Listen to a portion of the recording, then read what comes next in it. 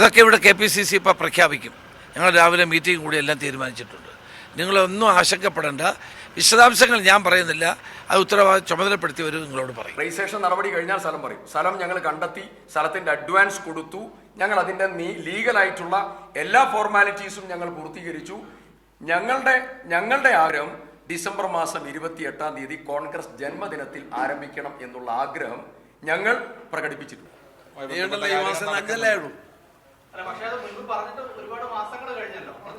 അല്ല, അതിന് സ്ഥലം കണ്ടെത്തണം, ചെറിയ താമസ കാര്യത്തിൽ വന്നു. ഇപ്പൊ അത് വളരെ ശക്തമായിട്ട് തന്നെ മുന്നോട്ട് കൊണ്ടുപോകുന്നുണ്ട്. ഏതാണ്ട് ഫൈനലൈസിലേക്ക് പോവാണ്. അതിനൊന്നും ഇല്ലില്ല.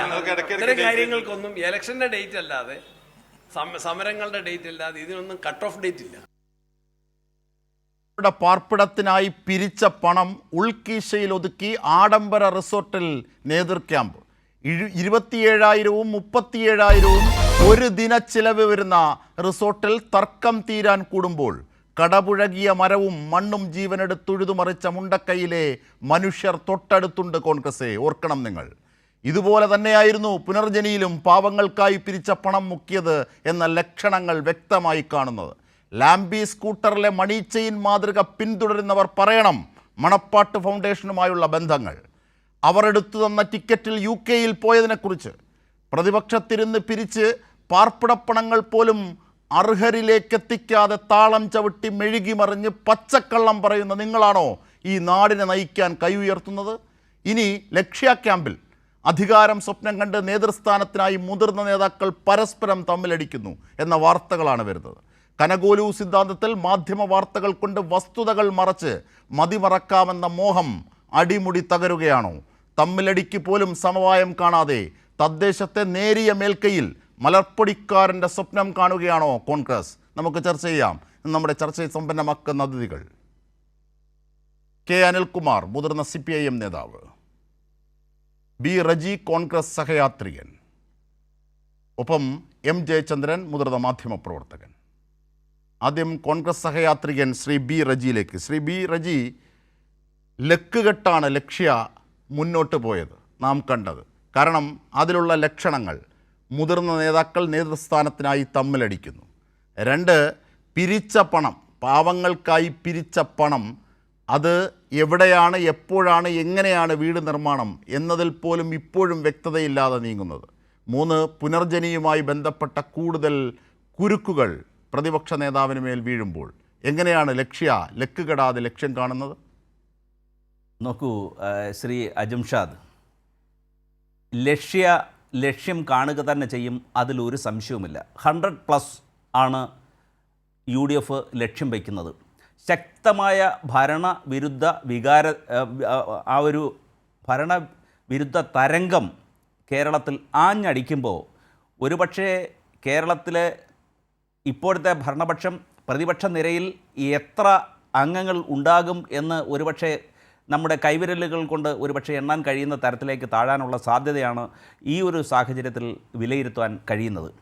പിന്നെ അതിൻ്റെ ഏറ്റവും പ്രധാനപ്പെട്ട ഒരു കാരണം എന്താണെന്ന് പറയട്ടെ. ഈ തെരഞ്ഞെടുപ്പിൽ ഇടതുമുന്നണി അഭിമുഖീകരിക്കുന്ന ഏറ്റവും പ്രധാനപ്പെട്ട ഒരു പ്രതിസന്ധിയുണ്ട്. ആ പ്രതിസന്ധി എന്താണെന്ന് വെച്ചാൽ, നിങ്ങൾക്ക് എതിരാളിക്കെതിരെ എയ്യുവാനായിട്ട് അമ്പുകളില്ല.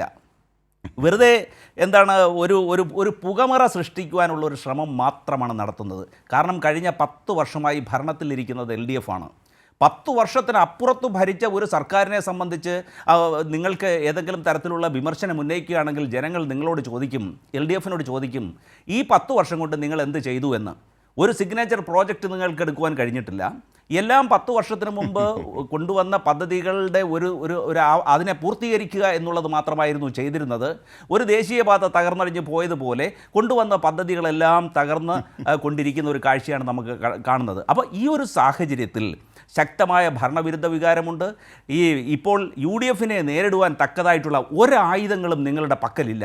ആ സാഹചര്യത്തിലാണ് നിങ്ങൾ എല്ലാ കഥകൾ ഈ LDF മെനഞ്ഞുണ്ടാക്കിയിട്ട് ഒരഴിമതിയുമില്ലാത്ത, ഒരു പൈസ കൈകൊണ്ട് തൊടാത്ത ഈ നമ്മുടെ നാട്ടിലെ സാധാരണക്കാർക്ക് വേണ്ടി, അഗതികൾക്ക് വേണ്ടി 2018 സമാനതകളില്ലാത്ത പ്രളയം സമ്മാനിച്ച അതിൽ പെട്ടുപോയ നമ്മുടെ സഹോദരങ്ങൾക്ക് ആശ്വാസം നൽകുവാൻ വേണ്ടി, അവിടുത്തെ കുട്ടികൾക്ക് ആശ്വാസം നൽകുവാൻ വേണ്ടി നമ്മുടെ സഹോദരങ്ങളോട് നേരിട്ട് അവർ തന്നെ നടത്തിയ പദ്ധതികൾക്ക് അതിന് ഒരു ഫെസിലിറ്റേറ്ററായി നിന്ന ഇപ്പോഴത്തെ പ്രതിപക്ഷ നേതാവ് വി ഡി സതീശനെതിരെയൊക്കെ നിങ്ങൾ എന്തെങ്കിലും ചികഞ്ഞെടുക്കുവാൻ വേണ്ടി ശ്രമിക്കുകയാണ്. അതൊന്നും കേരളത്തിൽ വില പോവില്ല. അതൊന്നും അതായത് ഇതെല്ലാം കേരളത്തിലെ ജനങ്ങൾ കാണുകയാണ്. ഈ പ്രതിസന്ധിയെ, അതായത് നിങ്ങൾക്ക് ശക്തമായൊരു ആയുധം നിങ്ങളുടെ പക്കലില്ല, അല്ലെങ്കിൽ LDFിൻ്റെ പക്കലില്ല എന്നുള്ളത് ഒരു വലിയ പ്രതിസന്ധിയാണ് സൃഷ്ടിക്കുന്നത്. ആ പ്രതിസന്ധി മറികടക്കാൻ വേണ്ടിയുള്ള വെറും പുകമറകൾ മാത്രമാണ് LDF ഇത്തരത്തിലുള്ള പഴയ തേഞ്ഞുപോയ, അതായത് ഒരു വസ്തുതയും ഇല്ല എന്ന് ഹൈക്കോടതി സിംഗിൾ ബെഞ്ചും ഡിവിഷൻ ബെഞ്ചും അതിനുശേഷം വിജിലൻസും ഒക്കെ അന്വേഷിച്ച് ഒരു വർഷത്തിനു മുമ്പ് തള്ളിക്കളഞ്ഞ ഒരു വിഷയത്തെ വീണ്ടും ഉയർത്തിക്കൊണ്ട് വരികയും ഒക്കെ ചെയ്യുന്നത്. നിങ്ങൾക്ക് എന്ത് തരത്തിലാണ്? ലാവ്ലിൻ കേസിനെ കുറിച്ചല്ല ഞാൻ ചോദിച്ചത്, പുനർജനിയെ കുറിച്ചാണ്. അതെ, പുനർജനി കോടതിയിൽ ഉണ്ടായിരുന്നില്ലേ? അത് സിംഗിൾ ബെഞ്ചിൽ വന്നിരുന്നു, അത് തള്ളി ഡിവിഷൻ ബെഞ്ചിൽ വന്നിരുന്നു, അതിനുശേഷം 2 തവണ വിജിലൻസ് വന്നു. അത് കഴിഞ്ഞിട്ട് ഈ കഴിഞ്ഞ ദിവസം തന്നെ വന്നില്ലേ, അതിനകത്ത് വി ഡി സതീശൻ്റെ അക്കൗണ്ടിലേക്ക് തുക വന്നിട്ടില്ല. വി ഡി സതീശൻ അഴിമതി നടത്തിയിട്ടില്ല. അത് സംബന്ധിച്ച് ഏതെങ്കിലും തരത്തിലുള്ള അഴിമതി നിരോധന നിയമത്തിൻ്റെ വകുപ്പുകൾ പ്രകാരം അദ്ദേഹത്തിനെതിരെ കേസെടുക്കുവാൻ കഴിയില്ല. ഇതെല്ലാം വസ്തുതകളായിരിക്കെ എന്ത് തരത്തിലുള്ള പുകമറ സൃഷ്ടിച്ചുകൊണ്ട് ഇപ്പോഴത്തെ പ്രതിപക്ഷത്തെ അല്ലെങ്കിൽ UDFനെ നേരിടാനാണ് ഇവർ ശ്രമിക്കുന്നത്, CPM ശ്രമിക്കുന്നത് എന്നുള്ളതാണ്. അവരുടെ ഇടയിൽ തന്നെ ഒരു പോയിന്റ് എടുത്തിടാനായിട്ട്, ശക്തമായിട്ട് എതിരാളിക്കെതിരെ നേരിടാൻ, ഈ ഇലക്ഷനെ നേരിടാൻ എന്ത് തരത്തിലുള്ള പ്രതിരോധം തീർക്കുവാനാണ്, അല്ലെങ്കിൽ ഏത് തരത്തിൽ അവരെ ആക്രമിക്കുവാനാണ് ഇടതുപക്ഷം ശ്രമിക്കുന്നത് എന്നുള്ള ഒരു അങ്കലാപ്പിലാണ് ഇത്തരത്തിലുള്ള നിസാരമായിട്ടുള്ള വസ്തുതാവിരുദ്ധമായിട്ടുള്ള 3 പോയിന്റുകളാണ് ഇതിലുള്ളത്. നമുക്ക് ഇതുമായി ബന്ധപ്പെട്ട വിശദാംശങ്ങളിലേക്ക് വീണ്ടും റജിയിലേക്ക് എത്താം. ആദ്യം ഓരോരുത്തരും അവരുടെ പോയിന്റുകൾ പറയട്ടെ. 3 പോയിന്റുകളാണ് റജി ഇവിടെ മുമ്പോട്ട് വെച്ചത്. ഒന്ന്, വി ഡി സതീശൻ പ്രളയകാലത്തടക്കം വലിയ ഫെസിലിറ്റേറ്ററായി നിലനിന്നു. 2, നിങ്ങൾ ഏതെങ്കിലും ഒരു പ്രോജക്റ്റ് ഈ 10 കൊല്ലത്തിനിടയിൽ നടപ്പാക്കിയിട്ടുണ്ടോ? 3, ഇത്തരം വാദങ്ങൾ, അതായത് നിങ്ങൾക്ക് ഒരമ്പുമില്ലാതെയാണ് നിങ്ങൾ ഈ തെരഞ്ഞെടുപ്പിനെ നേരിടാൻ പോകുന്നത്. ആർക്ക്? കോൺഗ്രസിനെതിരെ. Shri K Anilkumar.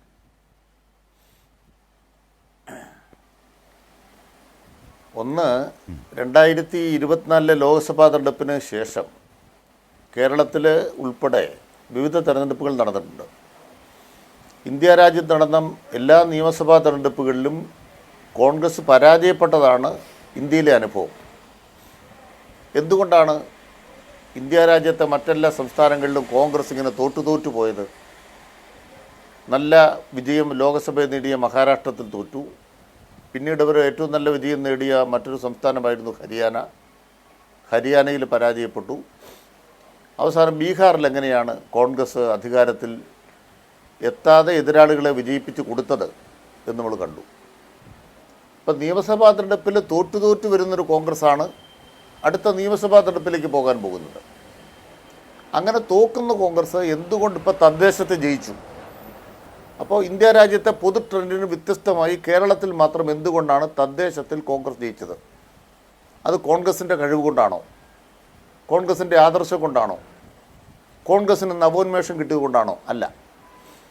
Congress Indian union മുസ്ലിം ലീഗിനെയും അതോടൊപ്പം ചേർത്ത് നിർത്താൻ പറ്റുന്ന ആളുകളെയും ഒരു മതരാഷ്ട്രീയത്തിൻ്റെ അടിസ്ഥാനത്തിൽ ചേർത്തു നിർത്തിയതിൻ്റെ ഭാഗമായിട്ടാണ് യഥാർത്ഥത്തിൽ കേരളത്തിൽ തദ്ദേശ തെരഞ്ഞെടുപ്പിൽ ഈ വിജയം നേടിയത്.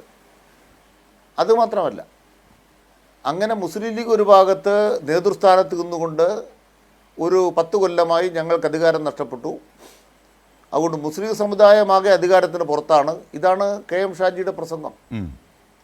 അപ്പോൾ ഞങ്ങൾക്ക് അധികാരം തിരിച്ചു കിട്ടണം. ഇത്തരം ഉന്നയിക്കുമ്പോൾ അതിൻ്റെ ചുറ്റും ജമാഅത്ത് ഇസ്ലാമി അടക്കമുള്ള ആളുകൾ ഒരു ഏകീകരണത്തെ ശ്രമിക്കുന്നു. മറുഭാഗത്ത് എന്താ സംഭവിക്കുന്നത്? BJPക്ക് ജയിക്കാൻ വേണ്ടി തിരുവനന്തപുരം പോലുള്ള സ്ഥലങ്ങളിൽ തോറ്റു കൊടുക്കുകയും ചെയ്യുന്നു. ഇപ്പോൾ ഇടതുപക്ഷത്തിനെതിരായി എന്ത് വില കൊടുത്തും ഏകീകരിക്കുക, വലതുപക്ഷത്തെ ഏകീകരിക്കുക, എല്ലാ വർഗീയ ശക്തികളെ ഏകീകരിക്കുക, അതിൻ്റെ തിണ്ണമെടുക്കാണ് ഇപ്പോൾ കാണിച്ചത്. ആ വർഗീയതയുടെ തിണ്ണമെടുക്ക് നിയമസഭാ തെരഞ്ഞെടുപ്പിൽ ചിലവാകത്തില്ല എന്നാണ് ഞങ്ങളുടെ ആത്മവിശ്വാസം. അതിന് ഒന്നാമത്തെ കാരണം, ഈ തെരഞ്ഞെടുപ്പിൻ്റെ വോട്ടിൻ്റെ കണക്ക് ഇടതുപക്ഷ ജനാധിപത്യ മുന്നണിക്ക് നല്ല അഭിമാനകരമായ മുന്നേറ്റം ഉണ്ടാകുന്ന ഒരു ഫലം തന്നെ നൽകുമെന്ന ആത്മവിശ്വാസം നൽകുന്നു. LDFും UDFും തമ്മിലുള്ള വോട്ട് വ്യത്യാസം 7 ലക്ഷമേ ഉള്ളൂ. LDFിന് 83-84 ലക്ഷം വോട്ട് കിട്ടിയിട്ടുണ്ട്. UDFിന് 90 ലക്ഷമേ ഉള്ളൂ. നിങ്ങളിപ്പോൾ പറഞ്ഞല്ലോ മലപ്പുറത്ത് പ്രതിപക്ഷമില്ല. എന്താ ഈ മലപ്പുറത്ത് മാത്രം പ്രതിപക്ഷം ഇല്ലാതായി തീർന്നത്? മലപ്പുറത്തൊരു പ്രത്യേക ഭരണവിരുദ്ധ വികാരമുണ്ടോ? മലപ്പുറത്ത് ഉള്ള ഭരണവിരുദ്ധ വികാരം എന്തുകൊണ്ട് കണ്ണൂരിലുണ്ടായില്ല? നിങ്ങൾ പറയുന്ന ഭരണവിരുദ്ധ വികാരം മലപ്പുറത്തുണ്ടെങ്കിൽ ആ അതേ വികാരം എന്തുകൊണ്ട് തിരുവനന്തപുരം തൊട്ട് തിരുവനന്തപുരം, കൊല്ലം, ആലപ്പുഴയിൽ അങ്ങനെ കണ്ടില്ല? അപ്പോൾ ചില പ്രത്യേക സ്ഥലങ്ങളിൽ ഞങ്ങൾക്ക് പരാജയം ഉണ്ടാക്കാൻ നിങ്ങൾ BJPയുമായിട്ടും വർഗീയ ശക്തികളായിട്ടും കൂടിയിട്ടുണ്ട്. അതൊക്കെ നാട്ടുകാരെ പഠിപ്പിക്കാൻ ഞങ്ങൾക്ക് നല്ല ധാരണയുണ്ട്. രണ്ടാമത്തത്, UDFിനെതിരായി ഞങ്ങൾക്ക് അമ്പുകളില്ല എന്നുള്ളതാണ്. ഞങ്ങളുടെ സ്വന്തം കാലിൽ ഞങ്ങളുടെ മേന്മയിലാണ് തെരഞ്ഞെടുപ്പിൽ പ്രവർത്തിക്കുന്നത്. 10 കൊല്ലം കൊണ്ട് കേരളം മുന്നിലാണോ പിന്നിലാണോ? ഞാൻ ഈ ചർച്ചയിൽ ബഹുമാനപ്പെട്ട റജിയുടെ ഒരു അവസരത്തിൽ അദ്ദേഹത്തോട് അഭ്യർത്ഥിക്കുന്നു, കേരളം പിന്നിൽ പോയ ഒരു മേഖല പറയണം. ആരോഗ്യം, വിദ്യാഭ്യാസം. ഇന്ത്യ രാജ്യത്ത് കേന്ദ്ര സർക്കാരിൻ്റെ മാനദണ്ഡങ്ങളിൽ കേരളം പിന്നിൽ പോയൊരു മേഖല പറയാം. ഉമ്മൻചാണ്ടിയുടെ കാലത്തെ സ്കൂളാണോ ഇന്നത്തെ കേരളത്തിലെ സ്കൂള്? ഉമ്മൻചാണ്ടിയുടെ കാലത്തെ റോഡാണോ ഇന്ന് കേരളത്തിലെ റോഡുകൾ, ആശുപത്രികൾ? നിങ്ങൾ ജലമെട്രോ കണ്ടത് ഉമ്മൻചാണ്ടിയുടെ കാലത്തുള്ളതാണോ? നിങ്ങൾ ഡിജിറ്റൽ സർവകലാശാല കാണുന്നത് ഉമ്മൻചാണ്ടിയുടെ കാലത്തുള്ളതാണോ?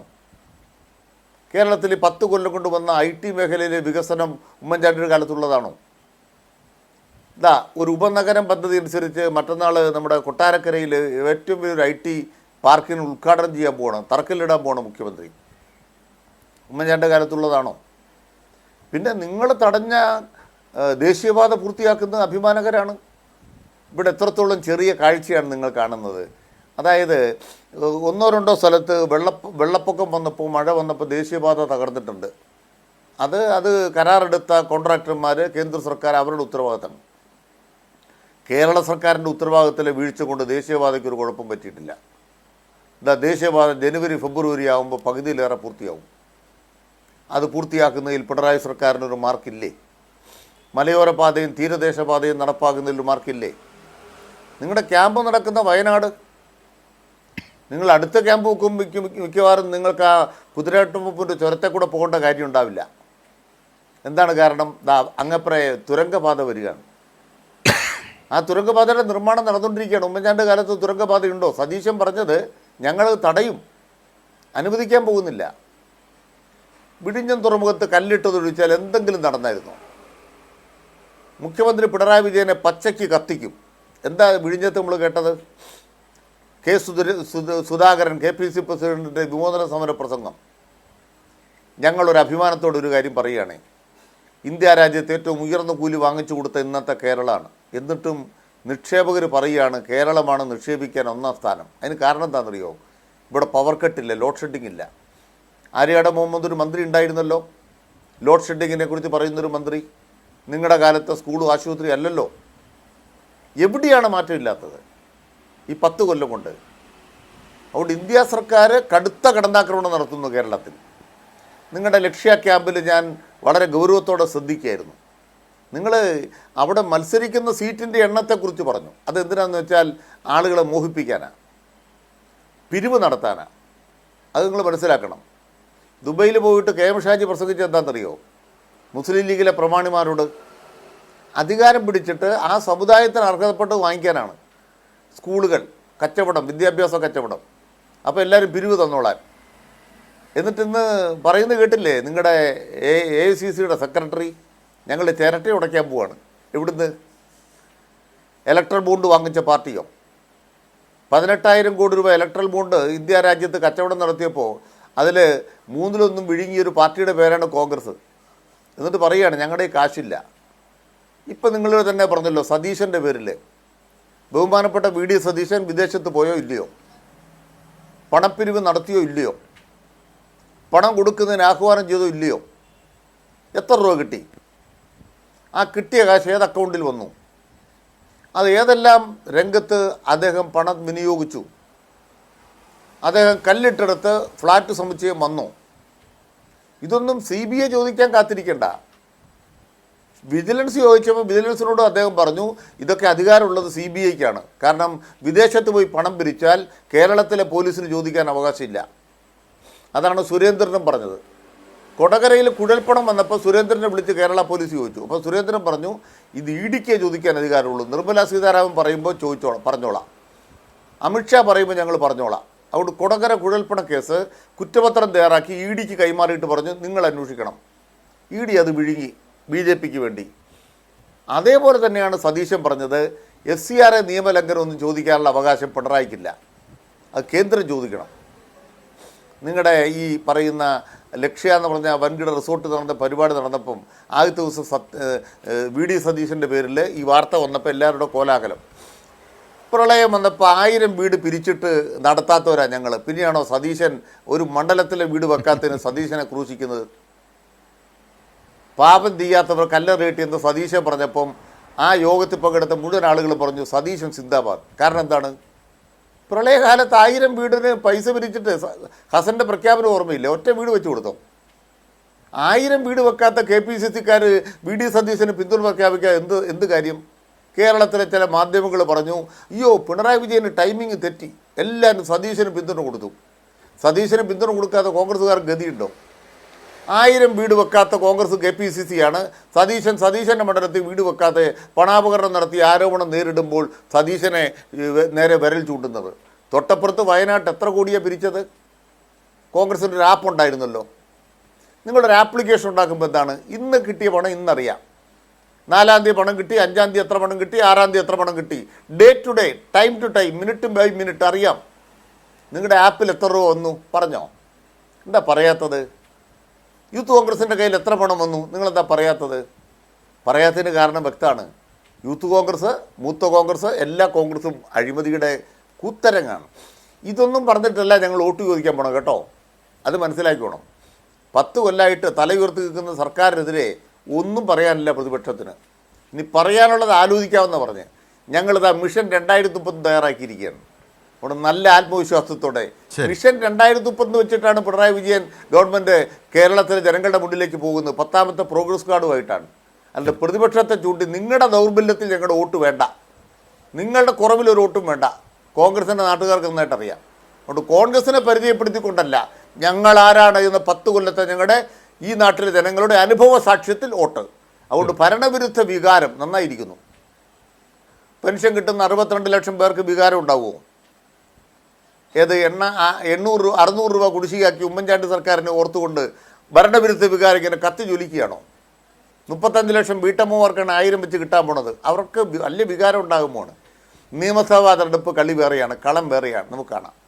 തീർച്ചയായും ഞാൻ തിരിച്ചെത്താം. Shri Anilkumar, second round. Shri M. Jayachandran, കോൺഗ്രസിനെതിരെ പ്രതിപക്ഷത്തിനെതിരെ ഒരമ്പും ഇപ്പോഴത്തെ LDFന് ഇടതുപക്ഷത്തിന് ഉന്നയിക്കാനില്ല എന്ന അവകാശവാദം കോൺഗ്രസ് പറയുമ്പോൾ തങ്ങൾ 10 വർഷം കൊണ്ട് ഈ നാടിന് നൽകിയ സേവനങ്ങൾ കേരളത്തെ എവിടെ എത്തിച്ചു എന്നത് എണ്ണി പറയാനുള്ള ആത്മവിശ്വാസം ഞങ്ങൾക്കുണ്ട്. അതുമായാണ് ഞങ്ങൾ തെരഞ്ഞെടുപ്പിനെ നേരിടാൻ പോകുന്നത്. പറയാൻ നിങ്ങളുടെ അഴിമതിക്കഥകൾ ധാരാളമുണ്ട് എങ്കിലും അതിലല്ല, ഞങ്ങൾ ജനങ്ങൾക്കായി ചെയ്ത കാര്യങ്ങളിലാണ് ആത്മവിശ്വാസം. ഇത് പറഞ്ഞ് LDF മുമ്പോട്ട് പോകുന്നു.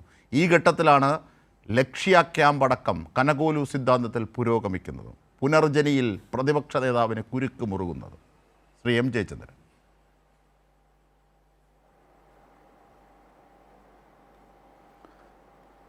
അജിംഷാദെ, ഇപ്പോൾ പ്രിയപ്പെട്ട ശ്രീ B. റജി പറഞ്ഞത് ഒരുപക്ഷെ നാക്കുവഴ ആയിരിക്കാം എന്ന് വേണം അനുമാനിക്കാൻ. കാരണം അദ്ദേഹം പറഞ്ഞത് അല്ലെങ്കിൽ ഉന്നയിച്ചത് ഗവൺമെൻറ്റിന് പ്രതിപക്ഷത്തെപ്പറ്റി ഒന്നും പറയാനില്ല എന്നാണ് പറഞ്ഞത്. അതുകൊണ്ടാണ് ഞാൻ നാക്കുവഴ ആയിരിക്കാമെന്ന് അനുമാനിക്കുന്നത്. കാരണം പ്രതിപക്ഷത്തിന് ഗവൺമെൻറ്റിനെ പറ്റി പറയുന്നതാണല്ലോ പ്രതിപക്ഷ ധർമ്മം എന്ന് പറയുന്നത്, അതാണല്ലോ ചെയ്യേണ്ടത്. അപ്പോൾ ഗവൺമെൻറ്റിന് പറയാനുള്ള കാര്യങ്ങൾ പറയും. ഇപ്പോൾ ശ്രീ അനിൽകുമാർ പറഞ്ഞതുപോലെ എന്താണ് ഗവൺമെൻറ് ചെയ്തുകൊണ്ടിരിക്കുന്നതെന്ന് പറയും. അതാണല്ലോ സാധാരണ. അല്ലാതെ പ്രതിപക്ഷത്തിനെ പറ്റി ഗവൺമെൻറ് പറയുന്നതല്ലല്ലോ ജനങ്ങളുടെ മുമ്പിൽ മാറ്റിവെക്കപ്പെടേണ്ടത്, അങ്ങനെയല്ലല്ലോ. മറ്റൊന്ന്, ഗവൺമെൻറ്റിനെ സംബന്ധിച്ച് ഗുഡ് ഗവേണൻസ്, ബാഡ് ഗവേണൻസ് എന്നുള്ളതാണ് ഒരു ഈ തെരഞ്ഞെടുപ്പുകളിൽ ജനങ്ങളുടെ മുമ്പിൽ ഉണ്ടാകുന്നതെന്ന് പലവട്ടം പല ചർച്ചകളിലും കാര്യത്തിൽ ഉൾപ്പെടെ പറഞ്ഞിട്ടുള്ള ആളാണ് ഞാൻ. സദ്ഭരണം, ദുർഭരണം എന്ന് നമുക്ക് സാധാരണ മലയാളത്തിൽ പറയാം. അങ്ങനെ ഗുഡ് ഗവേണൻസ് എന്ത് ചെയ്തിട്ടുണ്ട് എന്നുള്ളതിൻ്റെ ഉദാഹരണങ്ങളാണ് ശ്രീ അനിൽകുമാർ ഇപ്പോൾ ഇവിടെ ചൂണ്ടിക്കാണിച്ചത്. റജി, നിങ്ങൾ അതിനെയാണ് നിങ്ങൾക്ക് എന്തെങ്കിലും പറയാനുണ്ടെങ്കിൽ ഖണ്ഡിക്കാനുണ്ടെങ്കിൽ ഖണ്ഡിക്കേണ്ടത്. അതിന് പകരം പിന്നെ ഇപ്പോൾ ഇന്ന് നമ്മൾ കഴിഞ്ഞ അത് ജിംഷാദ് പറഞ്ഞില്ല, അത് എന്നാലും അത് പറയാതിരിക്കാൻ നിർവാഹമില്ലാതെ ഞാൻ പറയാം. സാധാരണ ഞാൻ പറയുന്നതല്ല, എങ്കിലും ഈ പിന്നെ 7 സ്റ്റാർ റിസോർട്ടിലൊക്കെ കോൺഗ്രസിൻ്റെ ഇത്തരത്തിലുള്ള സമ്മേളനം ലക്ഷ്യ 26 എന്ന് പറഞ്ഞൊരു സമ്മേളനം കൂടുക എന്ന് പറഞ്ഞാൽ തന്നെ അതിൻ്റെ അകത്തുള്ള ആ ഒരു പോഷായിട്ടുള്ള വമ്പിച്ച ധാരാളിത്തത്തോടു കൂടി നടത്തുന്ന ആർഭാട സമന്വയം ഉള്ള ഒരു പരിപാടിയാണല്ലോ. പിന്നെ പ്രാഥമികമായി അന്വേഷിച്ചപ്പോൾ കണ്ടത് അവിടെ ഒരു സ്യൂട്ട് റൂമിന് വേണമെങ്കിൽ 40,000 രൂപ, സാധാരണ ഒരു സിംഗിൾ റൂമിന് വേണമെങ്കിൽ 24, ഡീലക്സ് റൂമിലാണെങ്കിൽ 27,000. അങ്ങനെയാണ്. കോൺഫറൻസ് ഹാളിൽ അതിൻ്റെ എത്രയോ ഇരട്ടിയായിരിക്കും. അതെ, അല്ല അത്രയും വലിയ വിലപിടിപ്പുള്ള പിന്നെ സംവിധാനത്തിൽ ലക്ഷ്യ 26 എന്ന് പറയുന്ന അവരുടെ പുതുക്കിയ പരിപാടിയും കൊണ്ട് ഇറങ്ങാനുള്ള സ്വാതന്ത്ര്യം കോൺഗ്രസിനില്ലേ എന്നുള്ള അത്തരം ചോദ്യങ്ങളൊക്കെ താങ്കൾക്ക് ചോദിക്കാം. അതൊക്കെ അവരുടെ രീതിയാണ്. തൊട്ടടുത്ത് തിരുവനന്തപുരത്തോ കൊല്ലത്തോ കോട്ടയത്തോ ആലപ്പുഴയിലോ അല്ലെങ്കിൽ മറ്റേതെങ്കിലും ഒരു ജില്ലയിൽ നടത്തുന്ന പോലെ ഒരു ധാർമ്മിക പ്രശ്നം ഞാൻ ചൂണ്ടിക്കാണിക്കുന്നത്, ഒന്ന് അവർക്കായി പിരിച്ച പണം, ആ ദുരന്തബാധിതർക്കായി പിരിച്ച പണം, അതുമായി ബന്ധപ്പെട്ട തറക്കല്ല് പോലും ഇടാൻ ഡേറ്റിന് തർക്കിക്കുന്ന ഒരു കോൺഗ്രസ്. ആ കോൺഗ്രസ് അവർ വീടില്ലാതെ നിൽക്കുമ്പോൾ സർക്കാർ അവർക്ക് ടൗൺഷിപ്പും സമൃദ്ധമായ സൗകര്യങ്ങളും ചെയ്തു കൊടുത്തു. പക്ഷേ ഇവർ പിരിച്ച പണം മുടക്കാതിരിക്കുമ്പോഴാണ് ആ ദുരന്തബാധിതരുടെ മുമ്പിൽ ഈ 27,000, 37,000, 40,000-ൻ്റെയും റിസോർട്ടിൽ നേതൃക്യാമ്പ് നടത്തുന്നത്. അതിലുള്ള ഒരു ധാർമ്മിക പ്രശ്നമുണ്ട്. അത് ചെറുതാക്കിക്കൂടാ ശ്രീ എം ജെ? അതെ, അല്ലതെ ഞാനതാണ് പറഞ്ഞത്. ഇത്രയൊക്കെ ആഘോഷത്തോടെ, സമ്പന്നതയോടെ, ധാരാളിത്തത്തോടെ നടത്താനുള്ള എല്ലാ സ്വാതന്ത്ര്യങ്ങളും അവർക്കുണ്ട്. അതൊന്നും നമുക്ക് ചോദ്യം ചെയ്യേണ്ട കാര്യമില്ല, ഞാൻ ചോദ്യം ചെയ്യുന്നുമില്ല. പക്ഷേ ഇത് നിങ്ങൾ ചെയ്യുന്നത് വയനാടെന്ന് പറഞ്ഞ വലിയ ദുരന്തം ബാധിച്ച ഒരു ജില്ലയുടെ ഒരു ഭാഗം അവിടെയാണ് നിൽക്കുന്നത്, വയനാട് ജില്ലയിലാണല്ലോ ഉള്ളത്. അവർക്ക് വേണ്ടി നിങ്ങൾ എന്തൊക്കെയോ ചെയ്യുമെന്ന് പറഞ്ഞ് നടക്കുകയും ഡിസംബർ മാസം 10-ാം തീയതി സിദ്ദിഖ് MLA പറഞ്ഞത്, കൽപ്പറ്റ MLA പറഞ്ഞത് 28-ാം തീയതി ഡിസംബർ 28 കോൺഗ്രസിൻ്റെ ജന്മദിനമാണല്ലോ, അന്ന് ഞങ്ങളതിൻ്റെ പരിപാടി ഉദ്ഘാടനം ചെയ്യും എന്ന് പറഞ്ഞിട്ട് ഇന്നിപ്പോൾ നമ്മൾ സംസാരിക്കുന്നത് ജനുവരി 6-നാണ്. ഇതുവരെയും അത് സംബന്ധിച്ച ഒരു തീരുമാനം പോലും ഉണ്ടായിട്ടില്ല. അപ്പോൾ അതൊക്കെ നടക്കും, അതൊക്കെ സമയബന്ധിതമായി നടന്നോളൂ. നിങ്ങൾ നടന്നോളുക. കണ്ടെത്തണമെന്നൊക്കെയാണ് പറയുന്നത് ഇപ്പോഴും. അല്ല, അത് ജനങ്ങൾ എന്ന് പറയുന്നത് ജനങ്ങളെ അങ്ങനെ അണ്ടർ എസ്റ്റിമേറ്റ് ചെയ്യാൻ പാടില്ലല്ലോ അജിംഷാദെ. കാരണം ഈ രാഷ്ട്രീയ പ്രവർത്തകർ എന്ന് പറയുന്നത് ജനങ്ങൾക്കിടെ പ്രവർത്തിക്കുന്നവരാണ്. ജനങ്ങളാണ് യജമാനന്മാർ എന്ന് എക്കാലവും ആവർത്തിച്ച് ഉറപ്പിക്കുന്നവരുമാണ്. അപ്പോൾ അവരുടെ മുമ്പിൽ ഇത്തരത്തിലുള്ള ജാർഗൻസുമായിട്ട് ചെല്ലുമ്പോൾ എന്താണെന്നുള്ളത്, അതിൻ്റെ വസ്തുത എന്താണെന്നുള്ളത് മനസ്സിലാക്കാനുള്ള ത്രാണിയും ബുദ്ധിയും വിവേകമൊക്കെ അവർക്ക് അവിടെ ഉണ്ട്. മറ്റു പ്രധാനപ്പെട്ട കാര്യം ഈ പുനർജനി പദ്ധതിയുമായി ബന്ധപ്പെട്ടാണ് കേട്ടോ. അതിൻ്റെ അകത്ത് ഈ പിന്നെ എന്തൊക്കെ ന്യായീകരിക്കാൻ ശ്രമിച്ചാലും ശരി, മണപ്പാട്ട് ഫൗണ്ടേഷനാണ് ഇപ്പോൾ ഇതിനകത്ത് പ്രധാനപ്പെട്ട ഒരു സ്ഥാനത്ത് വന്നിട്ടുള്ളത്, പിന്നെ പ്രതിസ്ഥാനത്ത് വന്നിട്ടുള്ളത്. അതിലൂടെ 1,27,33,545 രൂപ 24 പൈസ. ഒന്നുകൂടെ പറയാം, 1,27,33,545 രൂപ 24 പൈസയാണ് വിദേശത്തു നിന്ന് ഇങ്ങോട്ട് ഈ ഫൗണ്ടേഷൻ വഴി എത്തിച്ചിട്ടുള്ളത്. അപ്പോൾ അതിൻ്റെ കണക്ക് ഇതുവരെ കൊടുക്കേണ്ടത് കൊടുത്തിട്ടില്ല. എവിടെയാണ് കൊടുക്കേണ്ടത്, എന്താ കൊടുക്കേണ്ടതെന്നൊക്കെയുള്ള എനിക്ക് പറയാൻ അറിയാൻ വയ്യായിട്ടല്ല. പക്ഷേ ഒരു പരിമിതിയുണ്ട്, ഇത്തരം കാര്യങ്ങൾ നിയമപരവും കൂടെ ആണല്ലോ. അതുകൊണ്ട് ഞാൻ അതിലേക്ക് കൂടുതൽ കടക്കുന്നില്ല. പിന്നെ പ്രിയപ്പെട്ട റജിക്ക് വേണമെങ്കിൽ കൂടുതൽ അന്വേഷിക്കാൻ അല്ലെങ്കിൽ അറിയാൻ താല്പര്യമുണ്ടെങ്കിൽ ചോദിച്ചാൽ മതി, ഞാൻ പിന്നീട് ഫോണിൽ വേറെ വ്യക്തിപരമായി തരികയും ചെയ്യാം അത് കേട്ടോ. അപ്പോൾ അത്തരത്തിലുള്ള കാര്യങ്ങൾ മുമ്പിൽ വന്നിങ്ങനെ നിൽക്കുകയാണ്, തിളച്ചു മറിഞ്ഞ് നിൽക്കുന്ന ഒരു വിഷയമായിട്ടത് മാറാൻ പോകുന്നു. അതുകൊണ്ടാണ് അപ്പോൾ പിന്നെ ഇന്നൊരു കോൺഗ്രസ് നേതാവ് ഒരു ചാനൽ ചർച്ചയിൽ തന്നെ കുറച്ച് മുമ്പ് പറയുന്നത് കേട്ടു അജിംഷാദെ, 10 ദിവസം ഒന്ന് കഴിഞ്ഞോട്ടെ, 10 ദിവസം കേട്ടോ, 10 ദിവസം കഴിഞ്ഞാൽ പ്രതിപക്ഷം ശിഥിലമാകുന്ന, തകർന്നടിയുന്ന, ഭരണപക്ഷം LDF തകർന്നടിയുന്ന വലിയൊരു രാഷ്ട്രീയ മാറ്റം കേരളം കാണാനിരിക്കുകയാണ് എന്നാണ് എൻ്റെ പ്രിയപ്പെട്ടൊരു സുഹൃത്തും കൂടെയാണ് അയാൾ. അതാണ് പിന്നെ ഈ മറ്റൊരു സംഗതി, അത് ഇരുന്നോട്ടെ. അപ്പം വലിയൊരു രാഷ്ട്രീയ മാറ്റം കേരളത്തിൽ 10 ദിവസത്തിനകം വരാൻ പോവുകയാണെന്നാണ് ആ സുഹൃത്ത് പറയുന്നത്. അപ്പോൾ അതുതന്നെയാണല്ലോ ഇദ്ദേഹം വി.ഡി. സതീശൻ വയനാട്ടിലും പറഞ്ഞത്. എന്താണ് വിസ്മയിപ്പിക്കുന്ന മാറ്റങ്ങൾ വരാനിരിക്കുന്നതേ LDF ൽ ഉള്ളൂ നിന്നും എന്നാണ്. NDA ൽ നിന്നും ഒക്കെ ആൾക്കാർ എന്താണ് മാറ്റം എല്ലാവർക്കും അറിയാം. ആകെ നിങ്ങൾ 3 പേരെ എങ്ങോട്ടാണ് ക്ഷണിച്ച് അതിൽ വിഷ്ണുപുരമാണെങ്കിൽ അല്ല എങ്ങോട്ടാണ് കൊണ്ടുപോകാൻ പോകുന്നത്? അല്ല അതോടെ പറഞ്ഞ് നിർത്താം. അല്ല അതോടെ പറഞ്ഞ് ഈ ഘട്ടത്തിൽ ഞാൻ നിർത്താം അജിംഷാദെ. അല്ല അതോടെ പറഞ്ഞ് ഞാൻ ഈ ആദ്യഘട്ടം നിർത്താം. അതായത് നിങ്ങൾ പിന്നെ മതപരമായും സാമുദായികമായും ജനങ്ങളെ ചില കള്ളികളിലാക്കി മാറ്റി നിർത്തിക്കൊണ്ടുള്ള അഭ്യാസങ്ങളാണ് കുറച്ച് കാലമായി തുടർന്നു പോരുന്നത്. അത് കൂടുതൽ തീവ്രമായി തുടരും എന്ന് തന്നെ എല്ലാവരും മനസ്സിലാക്കുന്നുണ്ടെന്നേ. പക്ഷേ ഇത് കൂടുതൽ വ്യക്തമായി മനസ്സിലാക്കുന്നത് വോട്ടർമാരായിട്ടുള്ള ജനങ്ങളാണ്. അത് നിങ്ങൾ മറന്നു പോകരുത്. ചർച്ചകളിൽ ബഹുഭൂരിപക്ഷം ഒക്കെ ആ തരത്തിൽ ഉപയോഗിക്കുന്നു. അതിന്റെ പരീക്ഷണങ്ങൾ തദ്ദേശത്ത് ചെയ്തു. അതിന്റെ കൂടുതൽ പരീക്ഷണങ്ങൾ വരുമെന്നതിൻ്റെയൊക്കെ സൂചനകളുണ്ട്. അത് ഏകദേശം കെ അൽകുമാർ അത് തുടങ്ങി വെച്ചിട്ടുണ്ട്. നമുക്കതിലേക്ക് എത്താം. അതിനു മുമ്പ് ശ്രീ ബി റജി, ഏറ്റവും പ്രധാനപ്പെട്ടത് താങ്കൾ പറഞ്ഞത് കോൺഗ്രസിനെതിരായി ഒരു ആരോപണവും ഇല്ല എന്നുള്ളതാണ്. ഒന്ന്, വയനാടിനായി നിങ്ങൾ നേതൃക്യാമ്പ് നടത്തിയ വയനാടിനായി നിങ്ങൾ പിരിച്ച പണം, ആ പണവുമായി ബന്ധപ്പെട്ട വീടെവിടെ, അതിന് തറക്കല്ലിടാനുള്ള സ്ഥലമെവിടെ, എന്തിനാ പണമെവിടെ? ഇങ്ങനെ ഒരു ഘട്ടത്തിലാണ് പുനർജനിയെക്കുറിച്ചും ഉള്ള ചോദ്യങ്ങൾ വരുന്നത്. ജില്ലാ കളക്ടർ എടുത്തു മാറ്റി.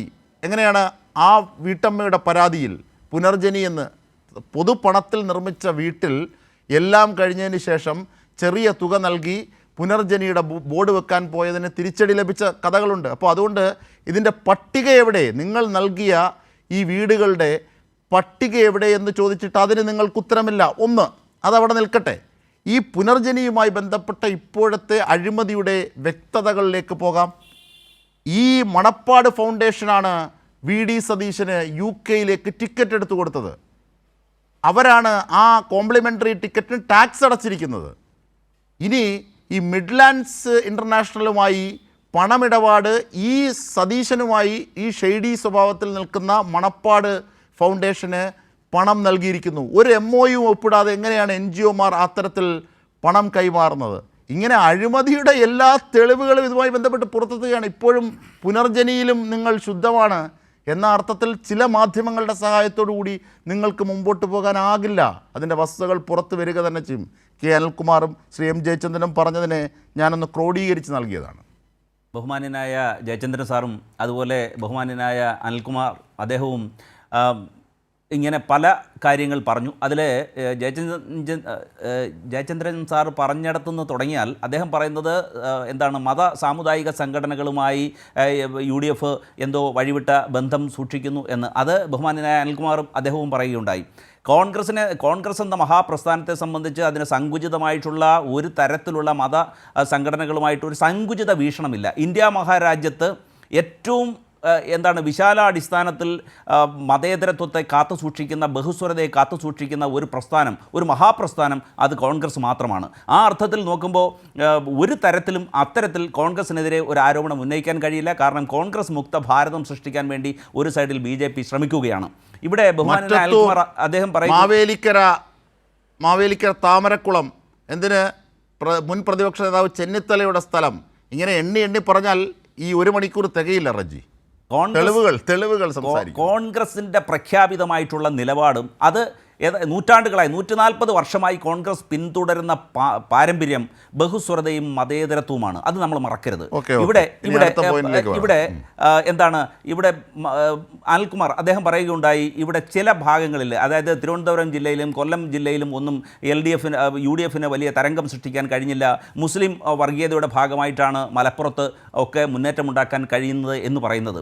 അത് തെറ്റിദ്ധരിക്കുന്നതാണ്. കൊല്ലം കോർപ്പറേഷൻ ആരാണ് ഇപ്പോൾ ഭരിക്കുന്നത്? നിങ്ങൾ 25 വർഷമായിട്ട് ഭരിക്കുന്നതല്ലേ? തിരുവനന്തപുരം അല്ല, ഞാൻ കൂടുതൽ അതിലേക്ക് കടക്കുന്നില്ല. അപ്പോൾ അതിനുള്ള പ്രധാനപ്പെട്ട കാരണങ്ങൾ എന്താണെന്നറിയാമോ ശ്രീ അജിംഷാദ്? അതായത് മുസ്ലിം വർഗീയതയെ കൺസോളിഡേറ്റ് ചെയ്യാൻ വേണ്ടി വെള്ളാപ്പള്ളിയെ പോലുള്ള വർഗീയവാദികളെ രംഗത്തിറക്കുന്നു ഒരു ഭാഗത്ത്.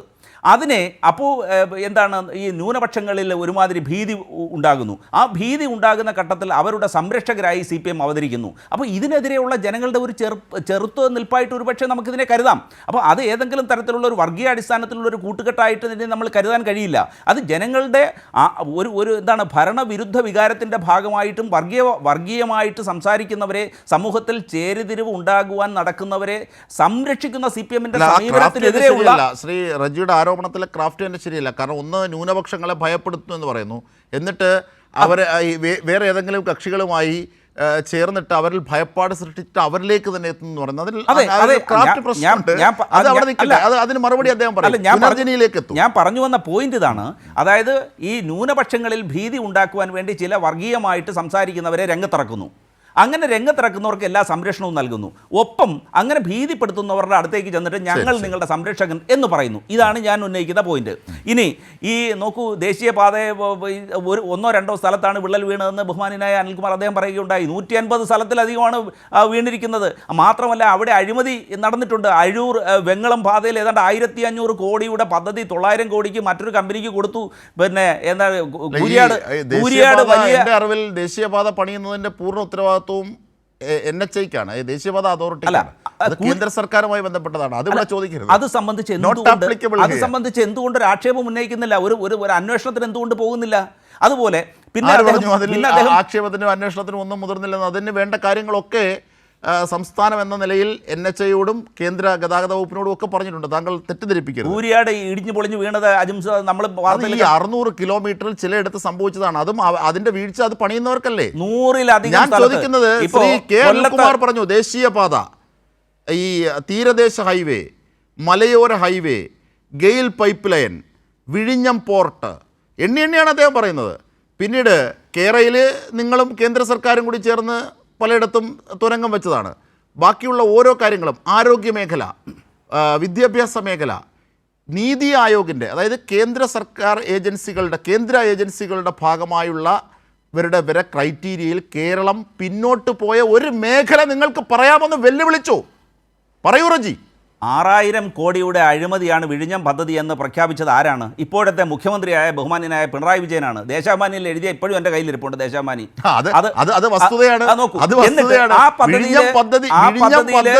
ഒരു രൂപയുടെ വ്യത്യാസം വരുത്താതെ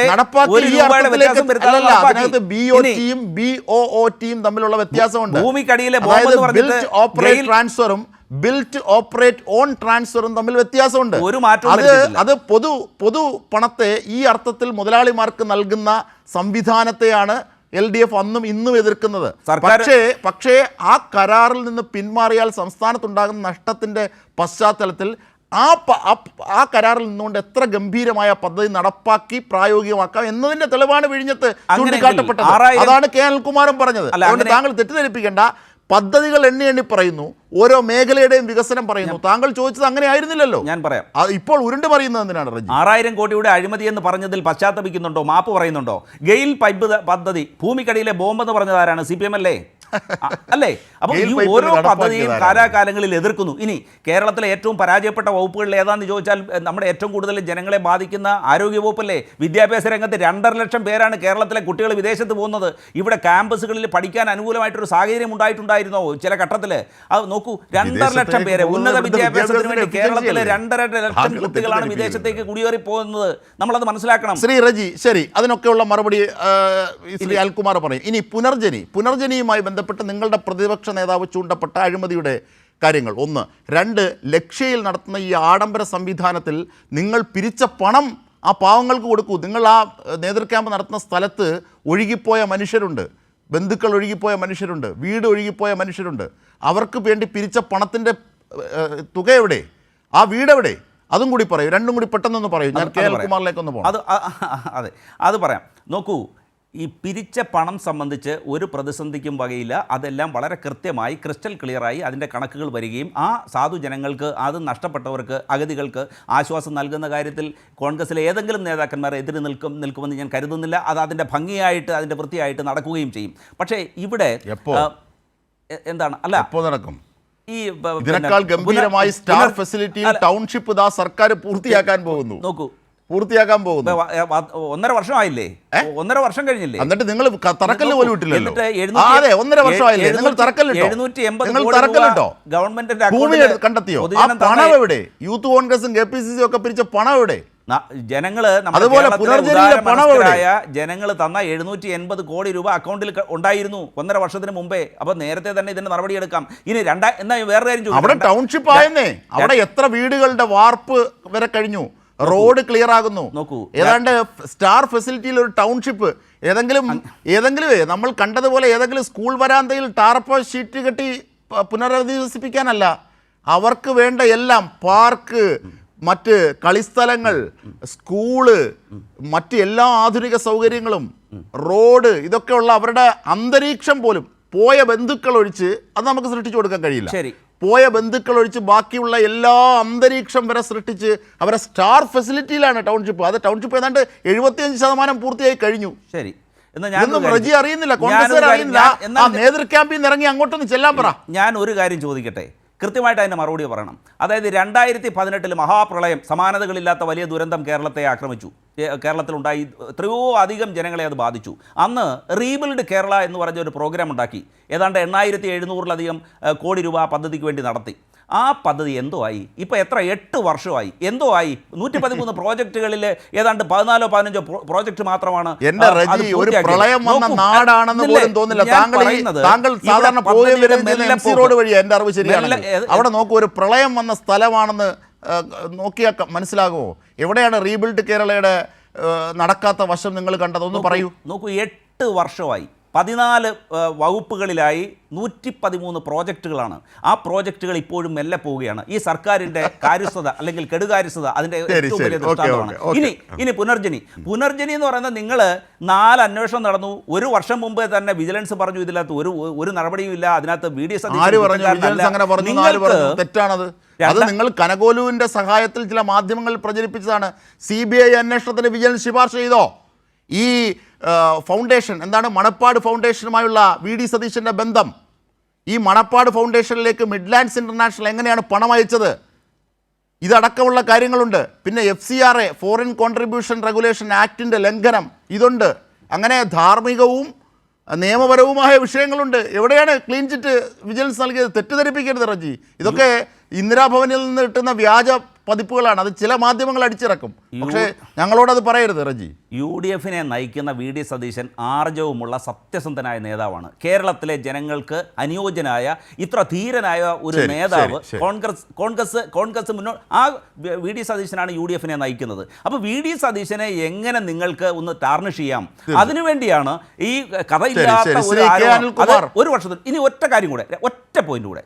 2021 ജനുവരിയിൽ ഇതേ രീതിയിൽ LDF ഒരു നടപടി സ്വീകരിച്ചു. അന്ന് ആ സാധു മനുഷ്യനായ ഉമ്മൻചാണ്ടി, ബഹുമാന്യനായ ഉമ്മൻചാണ്ടി, അദ്ദേഹത്തിനെതിരെ CBIക്ക് ഒരു അന്വേഷണം വിടുന്നതിന് റെക്കമെൻഡേഷൻ നടത്തി. അതും ഈ ഇലക്ഷൻ്റെ തൊട്ട് മുമ്പ്. അതിന് സമാനമായ തരത്തിലാണ് ഇപ്പോഴും ഈ ഇലക്ഷനെ നേരിടുന്നതിന് മുമ്പായി ഒരു പുകമറ സൃഷ്ടിക്കാൻ വേണ്ടി ഒരു കൺഫ്യൂഷൻ ചിലരിലെ.